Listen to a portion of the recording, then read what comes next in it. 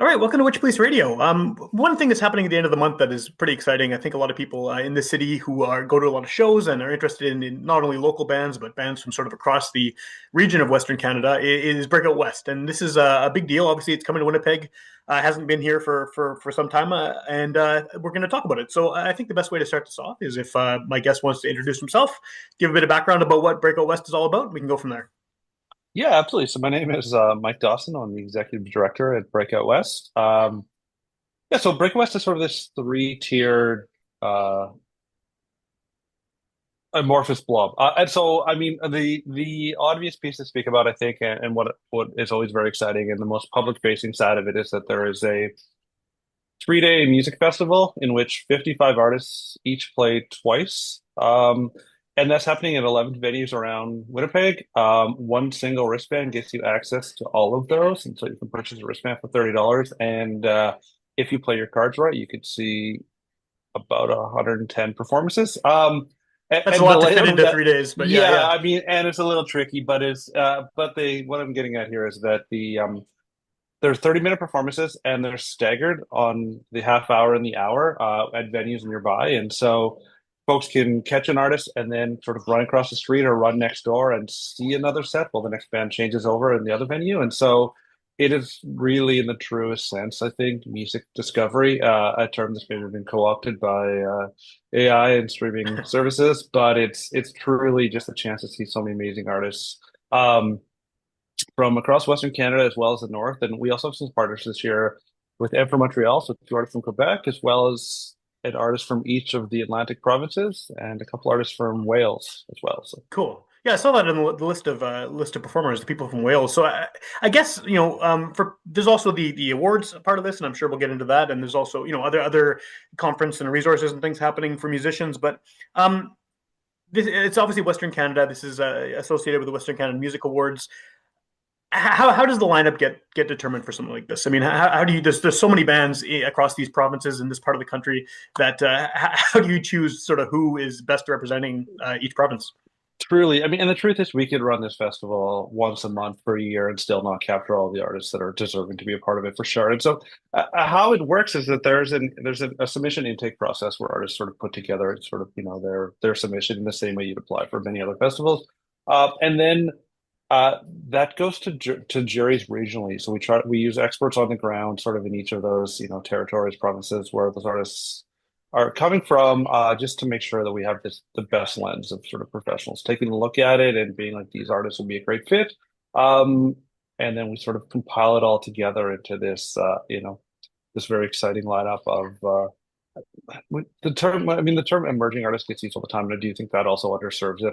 I mean, we're talking sort of world class Yeah. artists in some instances. They've blown up in other markets and they haven't quite cracked it home or whatever have you. And so it is such an incredible lineup this year. I'm really excited about it. But it's all adjudicated. And then we have the honor of presenting those artists. So Well, and obviously, like regional diversity as well as musical diversity is part of this. Just looking at the lineup, you have a pretty wide range of styles, and I guess that is kind of representative of the region in general, right? I mean, just the amount of different stuff coming out of Manitoba, Saskatchewan, Alberta, BC, up north as well. It's crazy.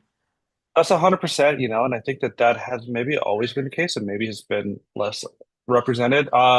And so, yeah, we're very excited with this lineup. And it's funny, just to look at it and be like, oh, this feels like 20 different genres. And the moment you sort of put it all together as a festival, it just feels right. Yeah. It's like it is really great. And I think sometimes people are surprised, they'll go to see one thing and the next artist they weren't familiar with will become a new favorite. And yeah, it's about what is the best representation we can do of sort of artists living and working in the West and the North. Well, and it's happening in Winnipeg this year. Obviously, it moves from city to city. How did Winnipeg get chosen this time around? Well, I mean, it sort of operates on a rotational basis. And so we were in Saskatchewan last year.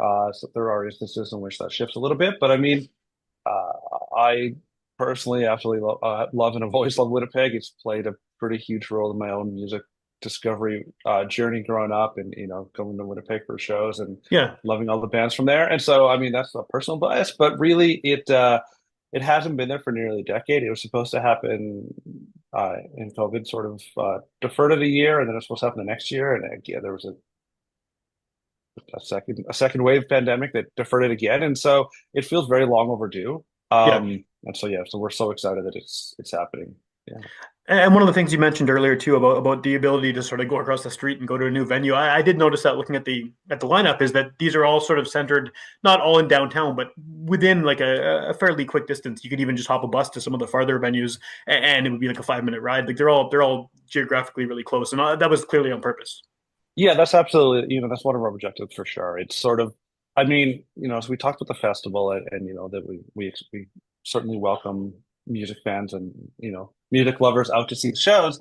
But a secondary piece of this is that there's a conference that happened, sort of a 3-day conference, in which, folks are artists or industry are interested in participating in.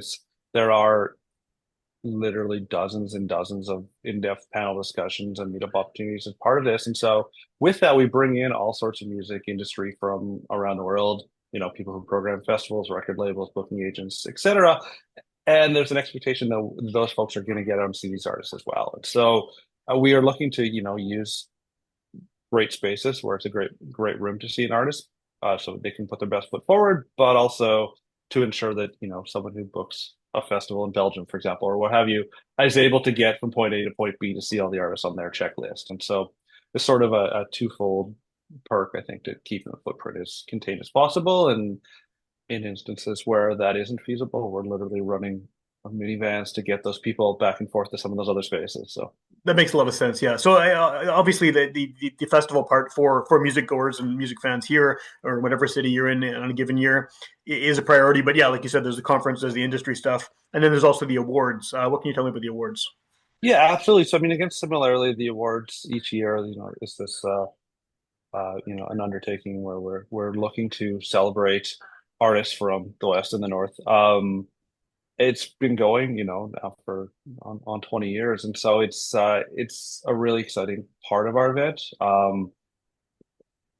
Yeah, I guess what am I getting? So what am I getting at? So there's two pieces I want to chat about this shortly. One of which is that as part of this, each year we get to there's three specialty awards, for lack of a better word, where we celebrate some folks from Manitoba, Yeah. their legacies, their impact. And so I'm always excited about that one. That will be announced just before the event. And we've also, as part of the artistic awards, we've added an Afrobeats category this year. And so the feedback and the uptake from that from artists has been really phenomenal, and we're really excited. And I think you spoke to just sort of the growth and development of genres in the West, and particularly, Afrobeats across the prairies. We're seeing this incredible insurgence of amazing talent. And so I'm really excited to have the opportunity to celebrate that one for the first time this year.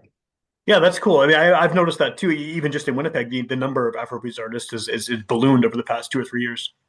For sure, it's so cool and it's so exciting. And so then to speak to it a little bit, so rather than sort of a traditional awards show, where you sort of sequester everyone away for a few hours in uncomfortable seats in the theater, we kind of hosting what we're calling an award celebration. So all of those nominees will be recognized, and all of the winners will be announced at a 1 hour event from 7 till 8 p.m. at the Park Theater on the Thursday. And audiences who are wristband holders as part of the festival are also welcome and invited to come Oh, cool. be a part of that and check it out, and celebrate with the winners. So Is that something you've always done in terms of like just that short amount of time for an award ceremony? Because yeah, there is definitely the possibility of having a hours long thing where everyone's sitting there uncomfortably waiting for their category to come up or whatever. But is this yeah, is this like a obviously it's a deliberate thing? But how long have you been doing these kind of expedited awards? I mean, it's evolved in different the different versions over the years for sure, and it's not expedited in that I don't think it's rushed. I think it actually makes it more special and more of a celebration in this Sure. format, and so it's sort of trying to have this artist-centric lens, and there's also a reality that the awards happen in tandem with Breakout West, but it doesn't necessarily mean that the artists of Breakout West are award nominees. In fact, it's typically the artists are going into an album cycle who are showcasing. So they're building all this momentum, great things are happening, and then typically the nominees are artists who are just coming out of it, and so that'd be the album from last year. And so it doesn't necessarily mean that all of the nominees are in town for the event, and Sure. so it's also part of that is, I think that this building out something that is highly visible online and adds value online, it's equally as important as getting those folks in a room, and so that's sort of the other piece to it. Well, especially in 2025 too. I mean, that makes complete sense. Yeah. Well, that's it. That's exactly, and I think I don't think our intent certainly isn't to, minimize the awards in any capacity. It's really how do we make this a really fun, vibrant piece where artists and also, the public can come celebrate with these folks. Yeah. Because, yeah. For sure. So I find that Afrobeats thing interesting that you've added this category. How many categories are there for the awards now? I mean, and how often Oh, does that change? How often do oh they yeah. get? You're gonna make me count them up. I mean, so they're sort of split into two strands. So there are the artistic awards, which are sort of genre specific. There's 19 in there. Um, and then there are an industry side of the awards, which include some folks that are working in, impacted live, for example, or Yeah. visual design. And so they're sort of split as two pieces. And um, they're reviewed annually, certainly. I think that as it stands, I think that we do see an impact when artists are nominated or win that award, and that's something we don't want to minimize either. So I don't think handing out, 100 awards annually adds anything, but I also think that it's really important that we're responsive when we see scenarios like the Afrobeats piece, and that we continue to grow and evolve as the impact of musical genres happens in the West. And so yeah, so the short answer is we review annually.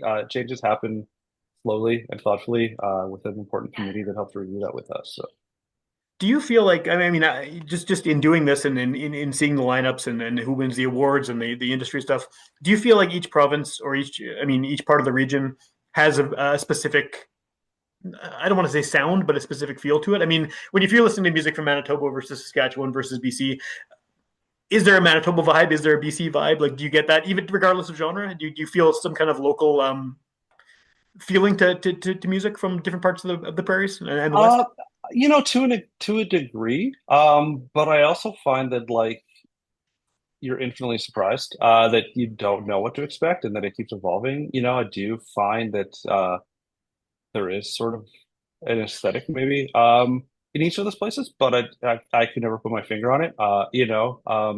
Which I think is really great. Like I don't, I think if you zoom out, looking back 10 or 15 years ago, sort of, maybe the lens on Saskatchewan.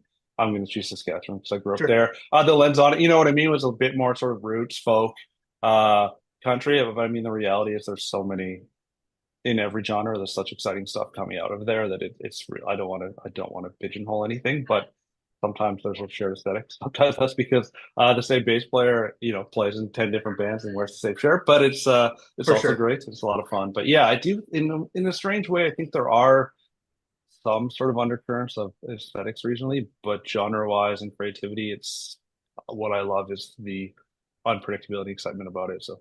Yeah, no, that's a good answer, I think, and I think that's the inability to kind of put your finger on exactly what it is. I mean, I've done this show for 13 years now, and I ask people a lot what they think the local. It's all Manitoba artists I'm talking to for the most part, and no one can really define it, right? They can define that there is a thing, and that is different from what's happening next door, either province on either side. But yeah, there's some nebulous Manitobaness to it, and I think that probably exists for each of the provinces.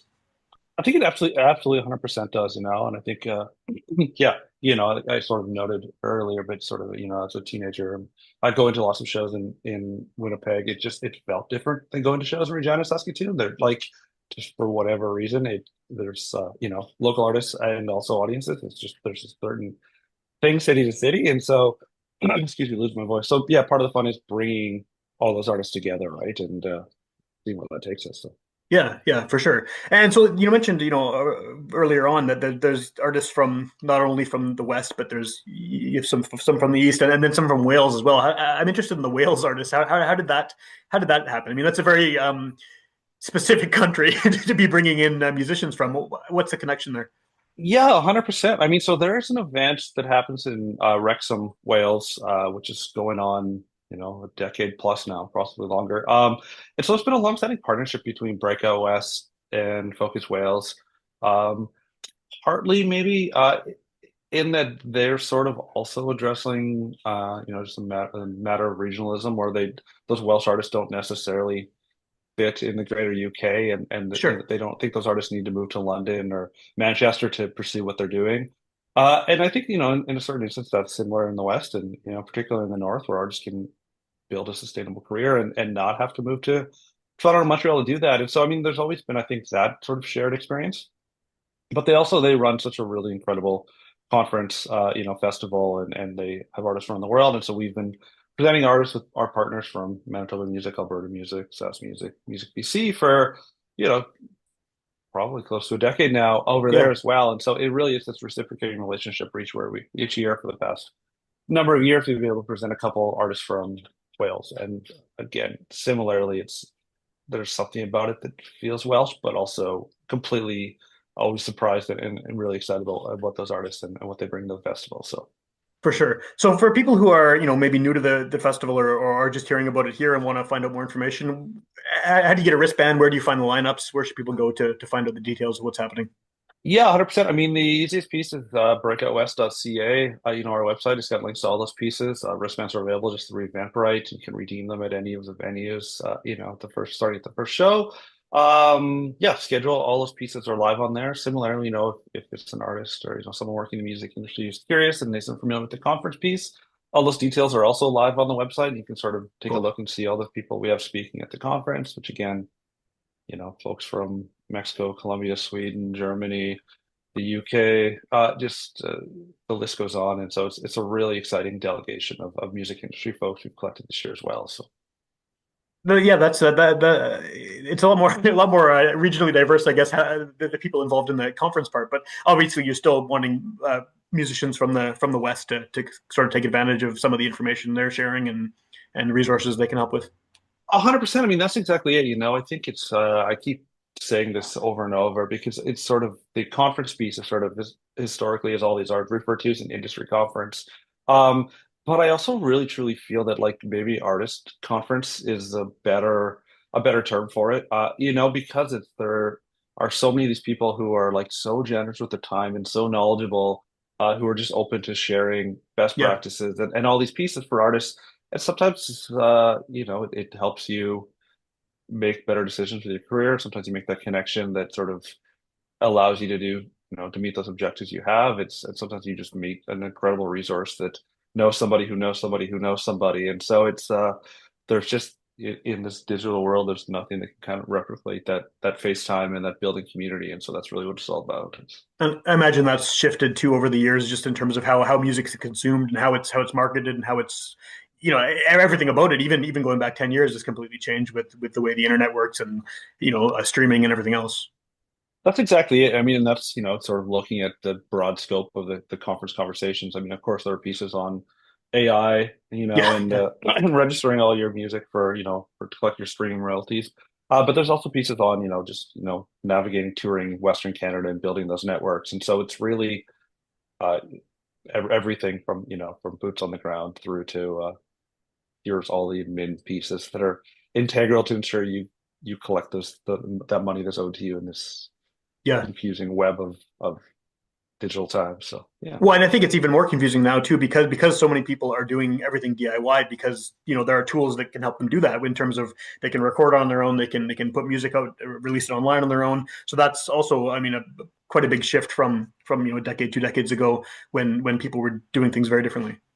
absolutely. And I mean, I think that at that point is exactly why we're seeing this growth and this exciting evolution of all of these genres happening. Is that people now are empowered to do so, and I think that that's creating some of the most exciting music in the world for sure, right? And so it's like anything we can do to help support those artists so that they can get it where they want to go and meet their own objectives. I think that's sort of the underlying are sort of quietly as our team are sort of hiding behind laptops year round. It's like, how do we ensure that these artists and these businesses meet their own objectives, not let's steer everyone to do this one single path because there just isn't a single path these days. And it varies, genre to genre, artist to artist. And so it's really about making those connections and bringing in those experts to share that information. So For sure. And this is maybe a question I don't know if you can answer this, but do you know if anyone has ever done like a full wristband in the sense of seeing everyone they can possibly see? Like, is that even doable? Are there people who Uh, are I diehards enough don't. to? I don't. I mean, you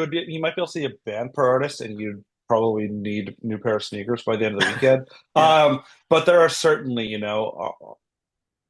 I think that it's close. I think it comes close. I mean, I think certainly if there are 55 artists, there are multiple people who see 40 plus between yeah, the yeah. two, between the two performances, which is really wonderful and exciting. And I think out of that, I mean, it's twofold because we hear every year from folks who like discover their new favorite artist at our festival, which is a thing. But we also hear from artists who often will go home with an invitation to play a festival on the other side of the world, or a tour that's already secured in Germany or what have you, sort of at the end of a weekend. And so it's those two facets I think are what make it all worth worth the year spent banging our heads off the desk and trying to put this all together in a really consumable, manageable, navigatable way for everyone. So Awesome, awesome.